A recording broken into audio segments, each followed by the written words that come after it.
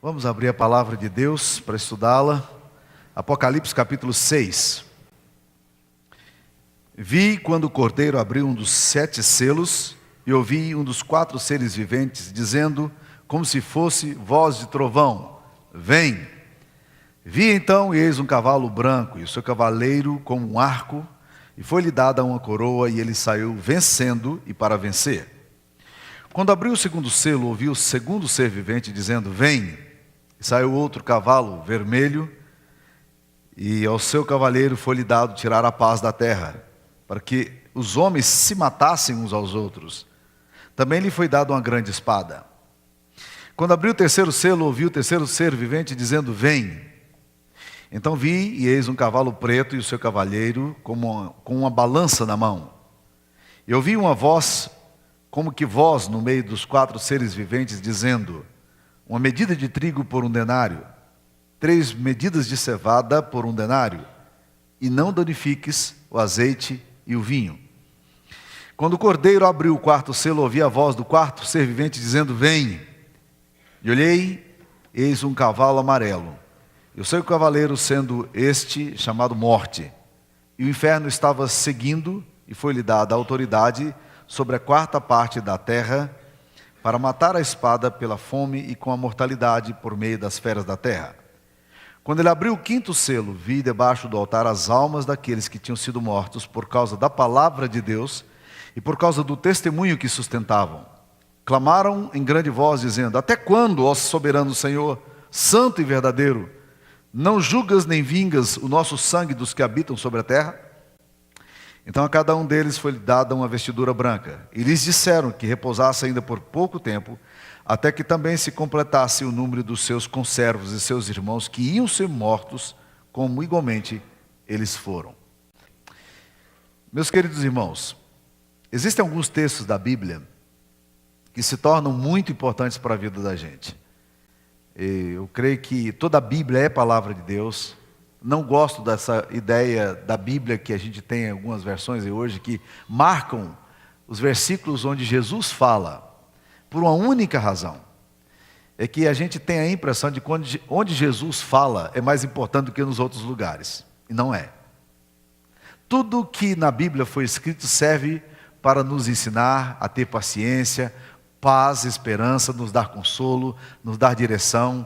A palavra de Deus, ela serve para nos instruir.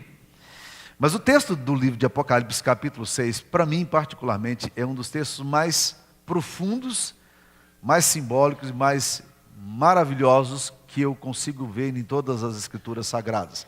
Questão de predileção. Não que os outros demais textos não sejam. Por isso também, esse é um texto muito complexo. Ele é um texto que exige de nós uma atenção redobrada. E eu vou dar uma puxada um pouco hoje nos símbolos aqui com os irmãos. Eu preciso que vocês prestem atenção, para que a gente não se perca aqui na história. Nem eu me perca, nem vocês se percam, tá? É muito denso o capítulo e eu quero trabalhar com vocês aqui nesse texto. Vamos pedir a orientação de Deus. Pai, abre o nosso coração para entender, ó Deus, o que a Tua palavra nos ensina aqui. E que essas verdades sejam aplicadas de uma forma profunda e que nós possamos, ó Deus, entender o que o Senhor está nos querendo nos ensinar. Que essa palavra se torne viva em nós, ocupando mente e coração. E que a gente não se distraia, Pai, com nenhuma outra manifestação na história. Sejam tragédias, sejam calamidades, sejam forças do presente ou do porvir. Mas que a gente tenha sempre o foco da nossa mente e do nosso coração centrado no fato de que o Senhor é o Senhor da história e que o Senhor tem todas as coisas nas Tuas mãos, debaixo do Teu domínio. Essa é a oração que fazemos, em nome de Jesus. Amém, Pai. Amém. Meus queridos irmãos, uma das coisas mais desafiadoras para nós é entender o sentido da história. Qual é o propósito da história? O que acontece na história? Eu me lembro bem de uma crise de um adolescente muito intelectual da minha igreja, mas depressivo e filosófico. E uma vez eu fui conversar com ele, um rapaz bonito, tinha muitas meninas interessadas nele, um rapaz articulado, politicamente e biblicamente falando. Mas ele estava tão deprimido que ele falou para mim: pastor, eu me sinto como um acidente entre dois acidentes. Ele disse: me explica o que você está querendo dizer. Ele diz assim: eu não sei porque eu nasci, nem sei porque que eu vou morrer. E eu estou aqui, eu sou acidente entre a minha morte, entre meu nascimento e minha morte. Eu estou vivendo aqui nesses dias e eu não sei exatamente o sentido disso tudo. O fato é de que todos nós tentamos e procuramos o que é que significa a história. Em que momento da história a gente está inserido? E quando as coisas acontecem, como num amontoado de baralhos que você coloca as cartas e de repente elas fazem aquele movimento que caem todas, você fica com aquela sensação de: o que está acontecendo? Quando uma tragédia pega você no seu contrapé, quando você é vitimado por coisas que você não sabe de onde vem nem para onde vai, quando o absurdo e o caos batem forte na gente, ou quando a gente se surpreende com as motivações, as ambições, as tramas da história, as forças declaradas, as forças ocultas que se interagem nesse drama, você tem aquela mesma sensação de Riobaldo, um personagem famoso no Grande Sertão Veredas, que ele faz a seguinte declaração: há que se encontrar um norteado para essa doideira que é a vida. Nós temos que encontrar uma coisa, um norte, que a gente diga assim: ok, aqui tem um ponto central. Quando nós lemos o livro de Apocalipse, a palavra-chave no livro de Apocalipse é: tudo está sob controle. Por mais absurdo que a história pareça, por mais caótica que a história pareça, por mais que você olhe para os lados e você não veja conexão entre os fatos que interagem, as forças cósmicas do presente e do porvir, o fato é que a história, como dizia John Stott, a história não é estática. Nela se movem forças distintas e antagônicas, nela se agitam interesses múltiplos e cabe ao cristão, diz ele, na sua contemporaneidade, interpretar o evento aparentemente desproposital como oportunidade de ação de Deus. A questão para mim é aquela mesma questão que um dia eu enfrentei com uma amiga, colega de escola, católica, que frequentava o mesmo banco de escola lá na PUC do Rio comigo, quando a gente fazia mestrado. E ela tinha 4 filhos lindos, uma menina comprometida com a sua fé. E de repente nós soubemos a notícia que ela não estava na escola, porque o filhinho dela, de 2 anos de idade, ela se descuidou, ele morreu na piscina. E aí estamos todos nós, estudantes perplexos de teologia, tentando entender o Deus que a gente estuda. E aí vamos na direção dessa menina, sem saber exatamente o que dizer, e visitá-la sem saber exatamente o que está acontecendo. E aí ela responde aquela coisa toda que nós talvez quiséssemos responder para nós mesmos. Ela diz: eu não estou tentando entender o porquê, eu estou tentando entender o para quê. Essas perplexidades que batem em você, que sacodem a sua história, começam a ser respondidas aqui quando João, no meio do caos histórico dele, é levado por Domiciano, por um governo político corrupto, desumano, um cara que se auto-intitulava Deus e que fazia imagens de adoração em todo o Império Romano para que as pessoas dirigissem oração a ele. Coisa essa que havia sido iniciada por Augusto César, mas que agora se tornara alguma coisa oficial, era a religião do Estado. João, discípulo de Cristo, ele não pode, obviamente, fazer isso. Ele não vai se curvar diante de uma estátua e vai orar para ela.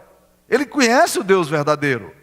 E agora João se vê pego no meio de uma estrutura política maligna, e ele é arrancado da posição dele, dos seus relacionamentos de amor, familiares, da sua comunidade, e é levado para aquilo que seria a Sibéria atual. Ele é levado para a ilha de Patmos para morrer à míngua, morrer escravizado, morrer explorado na força do seu trabalho. E João, agora perplexo, ele na ilha de Patmos, no meio da dor, ele começa a ver que há uma história caminhando ao lado dessa história. E a primeira coisa que ele vê, no capítulo 4 que nós estudamos, é que havia um trono, havia um céu, e que nesse trono, a direita dele não estava vaga, e o trono não estava vago, porque o Cordeiro de Deus, o ancião de dias, aquele que era, que é e que há de ser, estava sentado e governava todas as coisas. No capítulo 5, João entra numa crise, olhando essas coisas dos céus, e nós estudamos isso na semana passada, quando ele começa a chorar porque ele olha que tem um livro na mão do Deus poderoso. E esse livro é um livrinho que está escrito por dentro e por fora, portanto, não cabem notas de rodapé, não cabem rabiscos, não dá para fazer inserções na história, não dá para você escrever nada, nem por dentro nem por fora. João entra numa crise, numa convulsão, clamando, e o ancião de dias diz: não chore, porque o leão da tribo de Judá, ele é digno de fazer isso, ele pode desatar os selos, ele pode abrir o livro.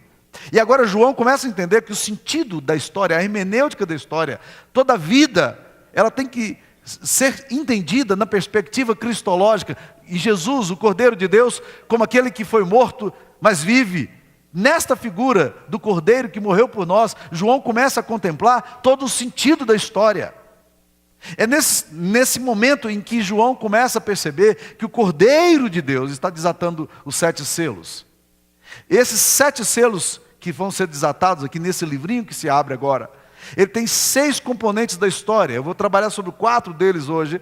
E devo trabalhar a questão da oração dos mártires como 5º ingrediente da história, e no 6º, o juízo de Deus. Mas eu quero trabalhar nesses 4 selos aqui, que são chamados os cavaleiros de Apocalipse, ou os 4 cavalos de Apocalipse. Eu quero exatamente trabalhar com vocês aqui, porque na medida em que a gente vai estudando, a gente vai percebendo que o verdadeiro anseio nosso agora começa a ser respondido com essas forças reais que agem na história. E a pergunta fica: seguirá a história algum plano? Ela vai se mover para alguma direção definida? O que esses cavalos representam? E no capítulo 6, então, se você tem a Bíblia aberta, você pode ver que quando o Cordeiro abre um dos 7 selos, um dos 4 seres viventes diz, como se fosse voz de trovão: vem!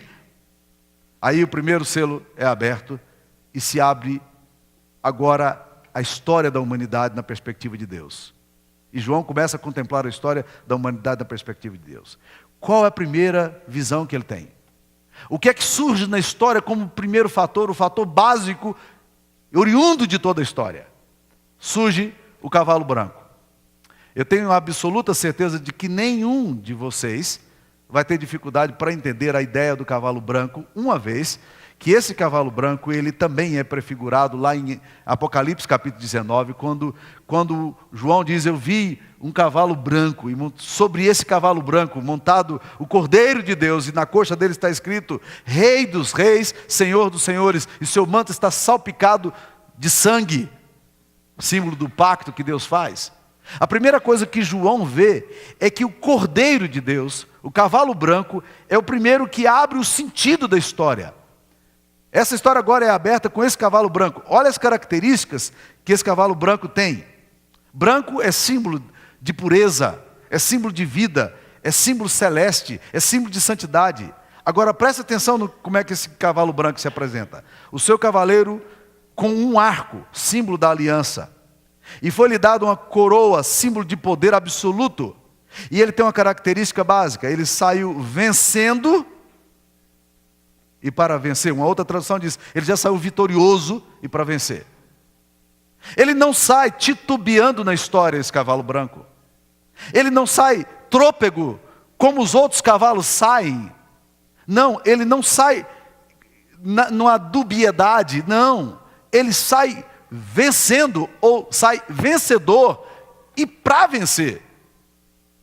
O cavalo branco, na história bíblica, é o primeiro agente de onde todas as coisas se movem. O apóstolo Paulo fala desse cavalo branco de uma outra linguagem, dizendo que todas as coisas foram criadas por meio de Jesus, e sem ele nada do que foi feito se fez. Ele estava no princípio com Deus, disse João, ele era o verbo de Deus, e todas as coisas foram criadas por meio da palavra dele, e sem ele nada do que foi feito se fez.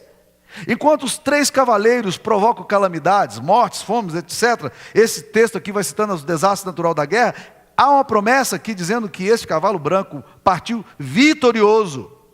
A ideia de vencer em Apocalipse se refere a Cristo e aos seus fiéis. Ele saiu vitorioso. O branco é sempre símbolo da pureza, não símbolo militar, mas símbolo de salvação. Vestidos brancos, nuvem branca, trono branco, pedra branca. Certamente não se trata aqui de uma força antagônica a Deus e a sua santidade. Pelo contrário, ele usa uma coroa. É símbolo de vida. É símbolo de realeza. Como o filho do homem que tem na cabeça dele uma coroa de ouro, de acordo com Apocalipse 14, versículo 14. Então temos aqui, meus queridos irmãos, esse cavalo que sai, com um dualismo bem explícito na sua missão. Por quê? Parte vitorioso. Ele já é vencedor. A vitória de Cristo já é conquistada desde a eternidade. Mas ao mesmo tempo ele sai para vencer. Jesus Cristo, quando nasce, meus queridos irmãos, ele não nasceu com a possibilidade de ser derrotado. Ele já nasceu vencedor. E a ideia de Cristo, o Cordeiro de Deus, perpassa todo o livro de Apocalipse, do início ao fim. Apocalipse 17, 14 diz assim: pelejarão eles contra o Cordeiro, e o Cordeiro os vencerá, pois é Senhor dos senhores, e é o Rei dos reis. Vencerão também os chamados eleitos e fiéis, que se acham com ele. Não foi exatamente isso a encarnação e a morte de Cristo? João diz mais: eu vi o céu aberto, e eis um cavalo branco, e o seu cavaleiro se chama Fiel Verdadeiro, e julga e peleja com justiça. Apocalipse 19, 11. Esse é o Cordeiro de Deus. Então torna-se evidente que esse cavaleiro é a palavra de Deus, o verbo da vida, que é lançado no mundo, o primeiro a agir, o primeiro a sair, portador da aliança, portador da vida, saiu vencendo e para vencer. Esta é a primeira força que age na história. É o verbo de Deus. O Cordeiro, aqui descrito como vencedor. Ele é o vencedor. Dualismo explícito. Já é vencedor. A vitória está conquistada desde o começo. O Cordeiro é vencedor desde a eternidade. Mas a sua vitória é revelada aqui agora no curso da história humana. Sua vitória se deu na cruz, no meio da história de um povo, dentro de um contexto político e geográfico, e dentro de uma cultura e tempo específico. A vitória da cruz se revela na história dos homens. Então o primeiro agente que surge aqui, o primeiro cavalo aqui, louvado seja o nome do Senhor, é o cavalo branco. E é bom saber que na história, que nós não entendemos bem, que se movem forças ocultas e antagônicas a Deus, o verbo de Deus está sempre presente. E ele é o primeiro a sair. Agora olha aí, surge o segundo cavalo. Qual é o cavalo? Versículo 3, quando abriu o segundo selo, ouviu o segundo ser vivente dizendo: vem. Saiu outro cavalo vermelho. Qual é a característica desse cavalo vermelho e seu cavaleiro? Ele tem a capacidade de tirar a paz da terra, para que os homens se matem uns aos outros. Também lhe foi dada uma grande espada. O cavalo vermelho tem duas características. Ele tem o poder de tirar a vida e ele tem o poder da espada. Se nós entendermos isso aqui, nós vamos começar a perceber que o texto agora vai nos mostrar que esse segundo cavalo é um cavalo que se move no meio da história. Deixa eu só fazer uma pergunta para você. O que é que você estuda no livro de história mundial ou brasileira? Você já parou para pensar? Você estuda economia e estuda guerra. O que muda a face da história da humanidade? Guerras. É a espada que é usada para tirar a vida. Pode ser uma referência aqui tanto a guerras civis, quanto a conflito entre as nações, revoluções, repressões, sempre motivado por pessoas, por vaidade, razões humanas, econômicas, mas a guerra é uma das potências mundiais escondidas na história humana. É um cavalo que sai. O segundo selo aqui revela que a história da humanidade é marcada pela violência e pela guerra. Que existe uma potência espiritual escondida na história da humanidade, marcada pela espada. Poder simbolizado aqui no cavalo vermelho, um poder secreto, um poder imaterial, mas também que age e determina a história. Estas guerras mudam a geopolítica do mundo, fazem surgir e desaparecer nações e povos, escravizam, submetem povos inteiros a um absoluto e mortal silêncio. É o poder da guerra que vai matando e vai atingindo as pessoas, e se você está no meio, ela pega você e arrebenta. Se a sua família estiver no meio, vocês arrebentam. Alguns que aqui se encontram, tem histórias aqui, eu sei de pessoas aqui que foram libertas do meio de guerra de forma maravilhosa, ou que vieram de ancestrais, que de alguma forma conseguiram escapar no meio de grandes repressões. É essa força imaterial, mas que é uma potência espiritual escondida na história da humanidade. A guerra e o poder da espada, que é o símbolo da autoridade. É o poder político que faz a guerra. O cavaleiro serve-se dessa espada como quer. A mesma espada que é dada para justo exercício da justiça, ele também serve para a opressão, serve para a exploração, serve para a guerra, e Deus se utiliza também dessa guerra como um dos selos para julgar a humanidade. Então nós temos aqui a segunda força que age na história. Nós temos o cavalo branco, que é a palavra de Deus, que é o próprio verbo, Jesus, o Cordeiro de Deus, e temos aqui agora o segundo selo, que é essa espada que é capaz de tirar a paz da terra, que leva os homens a matarem uns aos outros. Essa espada é uma força que age na história. E lembre-se, Apocalipse não está falando de um determinado momento da história. Apocalipse está falando de todos os momentos da história. Hoje, da nossa realidade, essa espada está se manifestando em culturas, em etnias, em conflitos. Há poucos anos atrás, há 3, 4 anos atrás, a Europa estava celebrando, porque pela primeira vez na história da Europa, eles ficaram 50 anos sem guerrear. Não é absurdo? Nunca. A história da humanidade é sempre marcada por conflitos, por tensões. Essa espada está aí agindo, tirando vidas, matando, e aí famílias são destroçadas, culturas, às vezes raças inteiras são destruídas por causa desse poder imaterial e abstrato que age no nível material, provocando flagelos, calamidades, catástrofes e assim por diante. Está agindo na história. Sempre agiu na época de João e age nos nossos dias. O terceiro selo é outro cavalo, preto. E o seu cavalo tem uma balança na mão. Se nós começamos a pensar em balança, esse terceiro cavaleiro aqui, meus queridos irmãos, a gente já começa a pensar em alguma coisa que mede, alguma coisa que pesa, alguma coisa que distribui, que vende. A balança é o símbolo disso aí. É a pesagem, é a venda, é o uso do dinheiro subtendido aqui. E o texto aqui nos diz que uma voz vem no meio dos 4 seres viventes dizendo: uma medida de trigo por 1 denário. O que é uma medida de trigo? A medida de trigo é aquilo que um homem comum comeria como alimentação, a ração diária do seu dia. Mas 1 denário, naqueles dias, significava o salário de um trabalhador, não para ele alimentar-se apenas, mas para alimentar sua família. Portanto, o texto aqui sugere que existe uma limitação, que é um tempo de escassez. A medida de trigo aqui é muito pequena. Ela serve apenas para suprir a necessidade de uma pessoa. Portanto, era incapaz de suprir o mínimo necessário para a família. Trata-se de tempo de escassez. Pessoas que estão trabalhando muitas vezes e sofrendo apesar do trabalho. Aí diz 3 medidas de cevada por 1 denário. Mas graças a Deus o texto diz que a mesma ordem que é dada para que esse cavalo preto saia, ela diz também: não danifiques o azeite e o vinho, dando-nos a ideia de que o poder do cavaleiro é limitado. Não importa qual seja o limite, ele não pode controlar tudo, não pode dominar tudo. Este cavaleiro, a essas alturas do campeonato, você já deve ter entendido que se trata da economia. É uma outra força que age, e é interessante, eu tenho pensado às vezes na questão da economia. Países às vezes ficam ricos de uma hora para outra. Pessoas às vezes ficam ricas de uma hora para outra. Pessoas empobrecem de uma hora para outra. Elas se movem como se tivesse uma vida em si mesma. De repente um país tem tudo, de repente o país não tem nada. Essas forças imateriais, esse poder que tem essa dimensão espiritual, e aí leva-nos a entender que a história da humanidade é normalmente determinada pela sua capacidade de barganhar. O aspecto financeiro de um país ou de região é fator vital para a sua sobrevivência. Mas normalmente as grandes calamidades, as fomes, as enchentes, atingem de forma brutal aqueles que são menos favorecidos.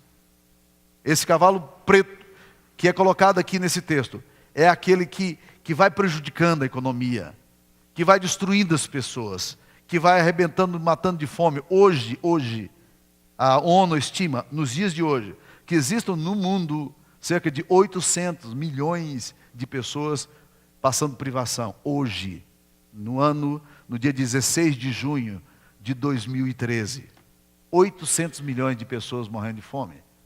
As nossas casas abarrotadas de comida, restaurantes que jogam milhares de toneladas de alimentação que não sabem o que fazer, comidas que são desperdiçadas em todos os lados. É esta balança que gira e que se movimenta, ora trazendo grande fartura, ora trazendo fome.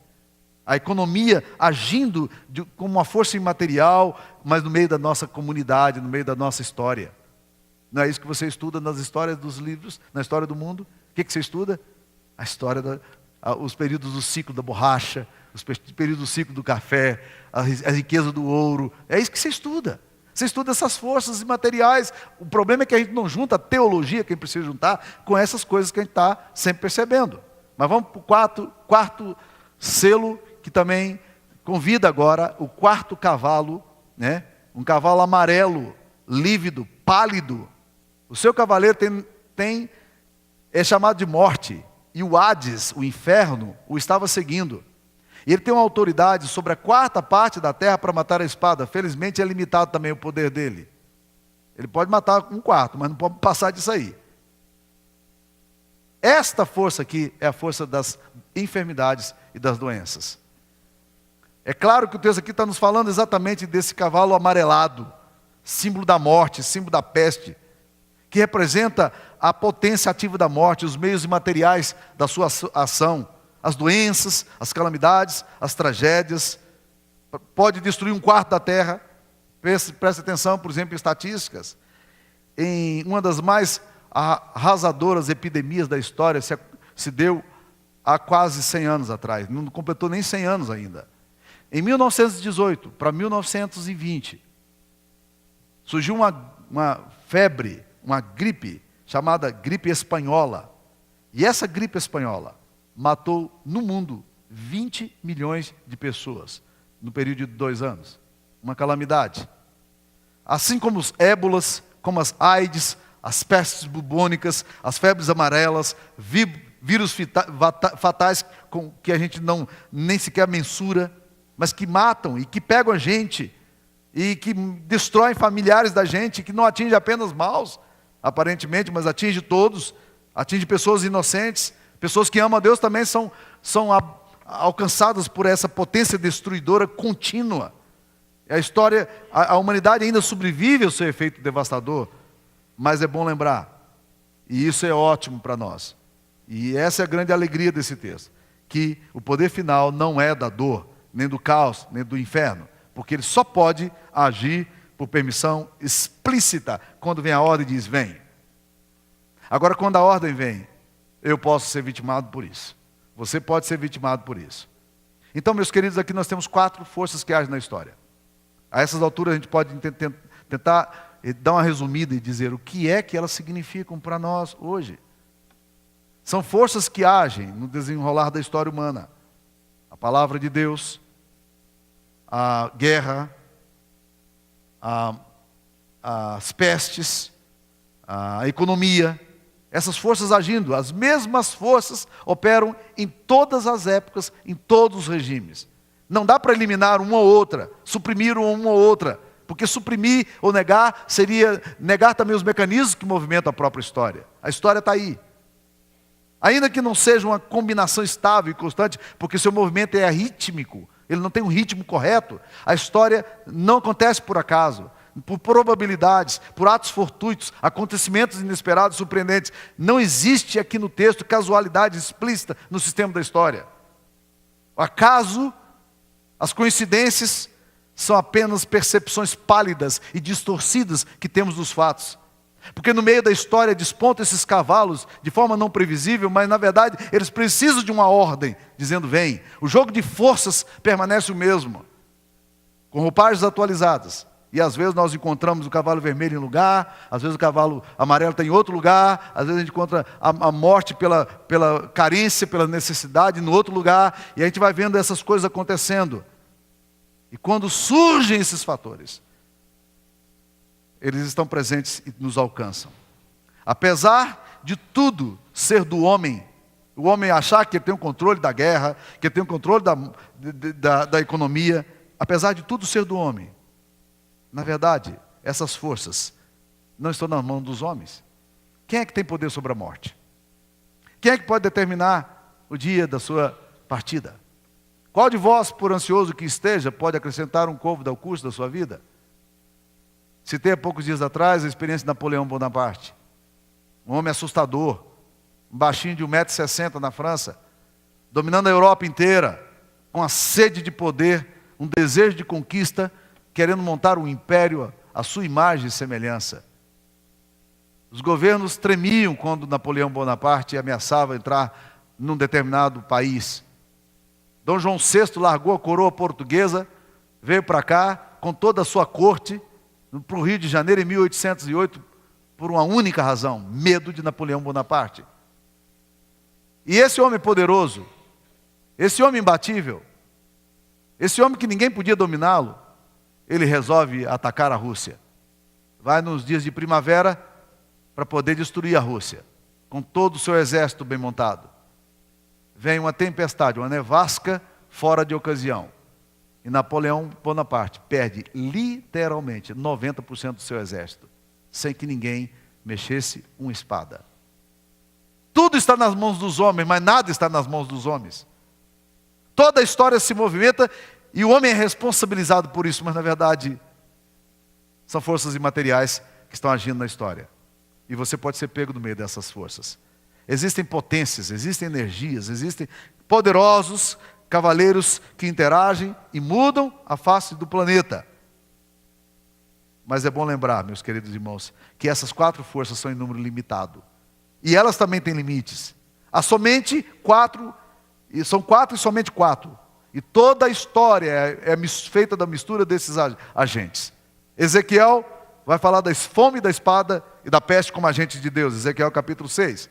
Zacarias diz que os cavalos são potestades da cólera de Deus. Zacarias 6:1.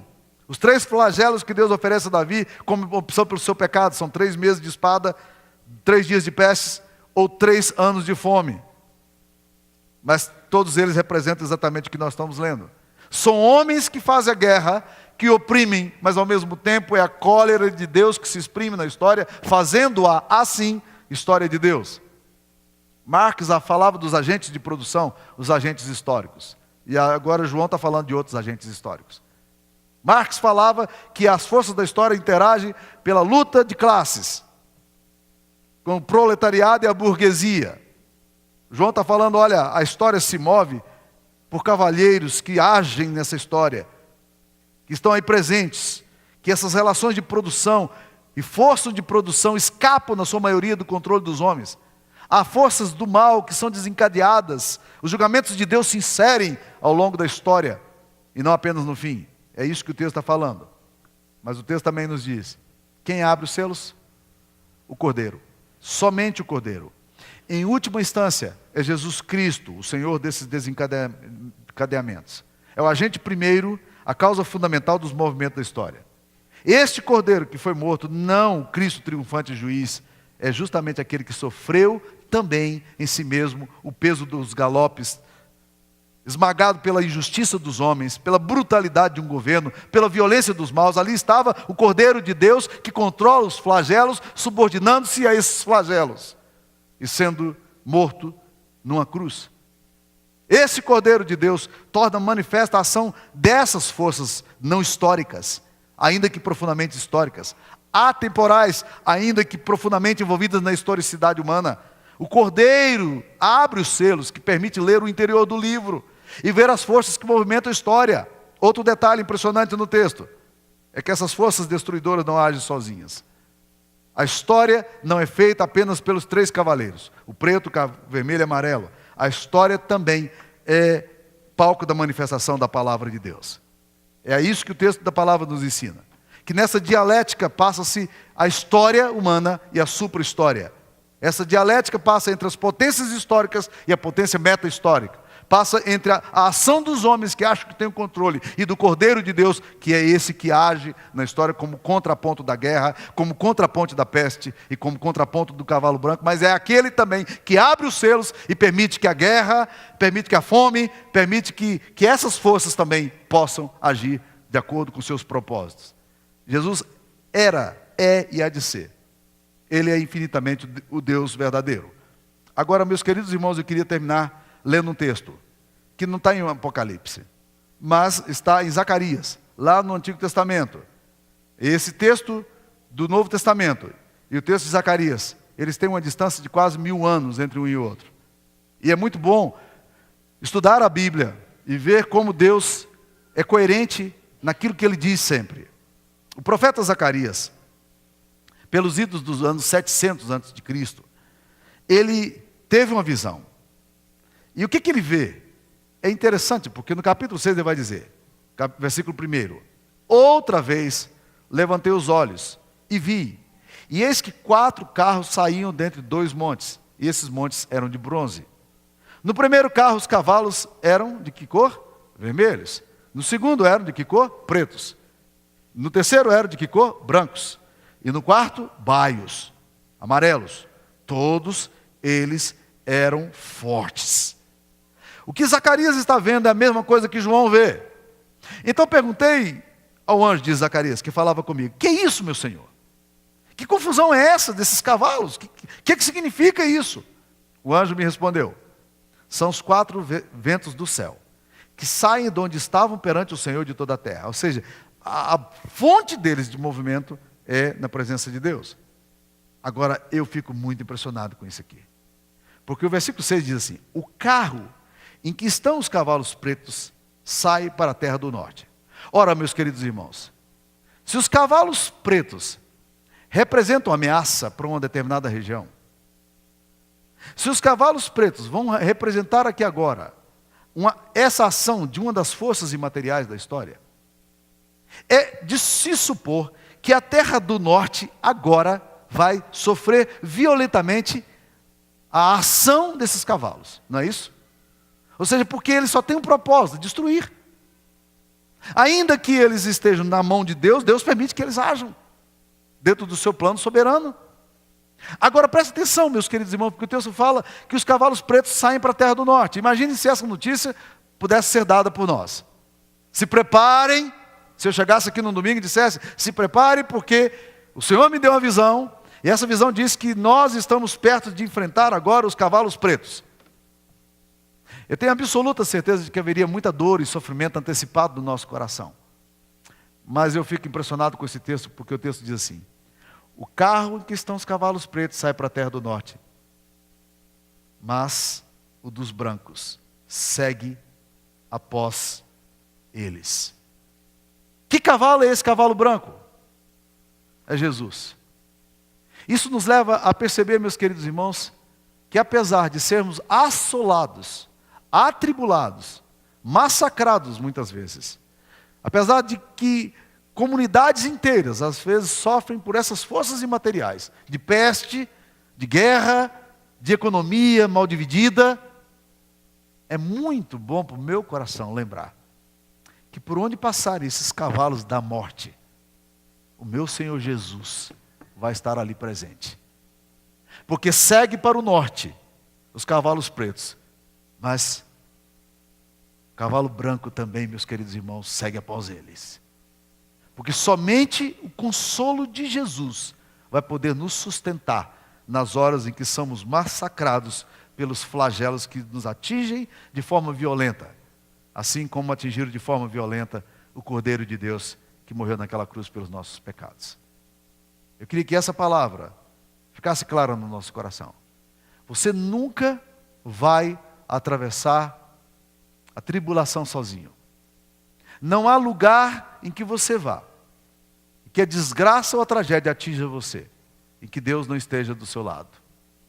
Ainda que eu ande pelo vale da sombra da morte, e o texto não está dizendo que você não vai andar, ainda que eu ande pelo vale da sombra da morte, eu não vou temer mal nenhum. Por quê? Porque a tua vara e teu cajado estão comigo.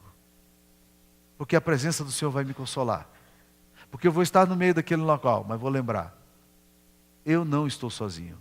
Jesus está comigo. Essa força que está me atingindo aqui agora, pronta para me destruir, para acabar com a minha existência, ela não vem só. Jesus, o Cordeiro de Deus, o cavalo branco, veio junto com essa tragédia para me acompanhar, para estar do meu lado. Nunca se esqueçam disso. Se você se esquecer disso, você perde toda a compreensão do que esse texto está querendo nos ensinar. A história é feita de ambiguidades, contradições, paradoxos, tribulações, dores, humilhações, opressões. Mas a história também é feita com o consolo desse Deus que nos ama, desse Cordeiro que saiu vencendo, ou saiu vitorioso para vencer. Lá naquela cruz, historicamente ele conquistou a vitória, mas ele já era vencedor antes de entrar naquela cruz. Ele já era vencedor antes de nascer entre nós. Ele sempre foi o Deus Trino, uma das pessoas da Trindade. Ele sempre foi aquele que esteve conosco e sempre estará. Que Deus nos ajude. Amém. Agora, amados irmãos, que esse Deus que nos visita no meio das nossas dores, que caminha no meio do sofrimento humano, que caminha no meio da história cheia de ambiguidades e contradições, que esse mesmo Deus visite o coração de cada um de vocês, a mente, hoje e sempre. Amém.